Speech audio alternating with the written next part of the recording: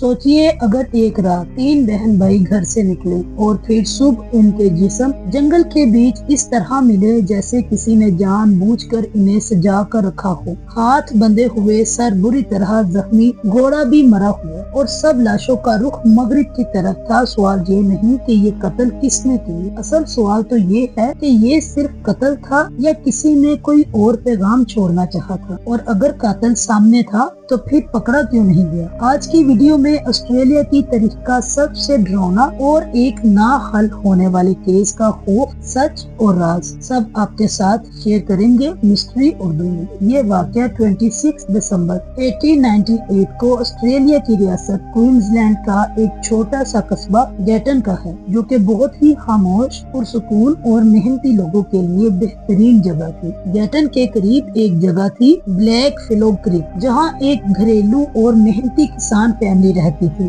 Murphy family. Daniel Murphy और Mary Murphy अपने 10 बच्चों के साथ रहते थे। इनके बच्चों में माइकल मर्फी, जो के जवान बेटा था और गवर्नमेंट एक्सपेरिमेंटल फार्म में काम करता था और क्रिसमस की छुट्टियां मनाने घर आया हुआ था। दूसरे नंबर पर नूरा मर्फी, जो के घर और खेतों के काम में मदद करती थी, और फिर 19 साल एलन मर्फी, जिसे ट्रेसा भी कहते थे। 26 दिसंबर की शाम डिविजनल बोर्ड हॉल में एक डांस पार्टी रखी गई थी। माइकल ने अपने बहनोई विलियम मैकनील से उसकी घोड़े वाली गाड़ी उधार ली ताकि वो दोनों बहनों को डांस पार्टी में ले जा सके। तीनों घर से निकले, लेकिन रास्ते में उन्हें खबर मिली कि डांस पार्टी कैंसिल हो गई है, तो उन्होंने घर वापसी का फैसला किया। रात गुजर गई और सुबह हो गई, लेकिन माइकल, नोरा और एलन घर नहीं आए। इस जमाने में जब फोन नहीं होते थे, इसलिए पहले पहल तो इतनी घबराहट नहीं हुई, लेकिन जैसे जैसे वक्त गुजरता गया, माँ मर्फी का दिल उदास होता गया, तो उन्होंने अपने दामाद विलियम मैकनील को बुलाकर कहा, जाओ जरा देखो कि बच्चे कहाँ रह गए हैं। विलियम घोड़े पर सवार हुआ और उसी रास्ते पर चला जहाँ से उसकी सुल्की गई थी। सुल्की उसकी गाड़ी का नाम था, और इसकी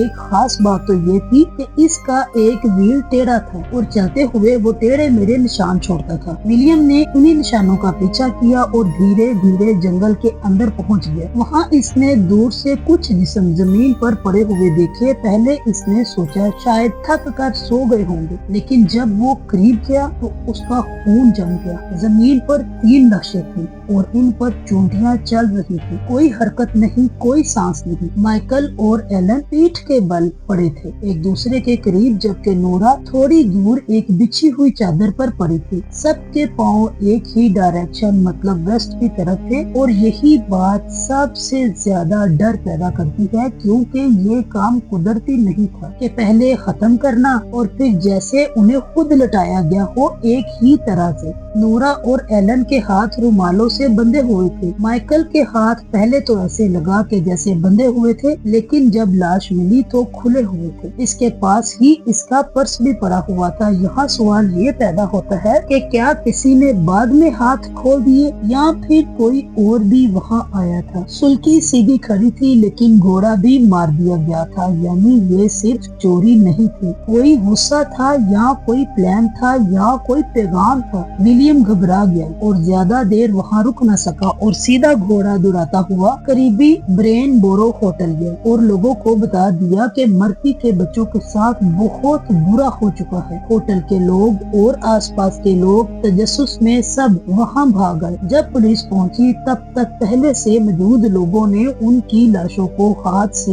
हिला जुला कर चेक करके और अपने पाँव के निशानात से क्राइम सीन पहले ही बर्बाद कर दिया। और इस वक्त कोई डीएनए का निजाम नहीं था, प्रॉपर फोटोग्राफ्स नहीं थे, फिंगरप्रिंट्स का सिस्टम नहीं था। इसीलिए लोगों के चलने से फुटप्रिंट मिट गए, चीजें हिल गई और असली पोजीशन खत्म हो गई। पुलिस ने बाद में आकर 3000 से ज्यादा लोगों से पूछगिछ की, लेकिन हर किसी का बयान दूसरे से मुख्तलिफ था। इस वक्त के डॉक्टर्स के मुताबिक मौत का वक्त 26 दिसंबर की रात 10 बजे से 27 दिसंबर की सुबह 4 बजे के दरमियान तक का था। तीनों के सर पर शदीद जख्म थे। डॉक्टर्स के मुताबिक माइकल को गोली लगी थी। मौत फौरन नहीं हुई थी, और सबसे ज्यादा हिला देने वाली बात तो ये थी कि बहनों के साथ इंतहाई गंदा सलूक किया गया था, क्योंकि इससे पहले क्वींसलैंड में कभी भी ऐसा वाकया नहीं हुआ था। कई अखबारों ने यहाँ तक लिखा कि ये दरिंदगी کی انتہا ہے۔ اسی علاقے میں ایک آدمی تھا جسے کئی لوگ تھامس ڈے کہتے تھے اور کئی لوگ تھامس ورنر کہتے تھے۔ اس کا رویہ بہت ہی عجیب تھا کیونکہ اس نے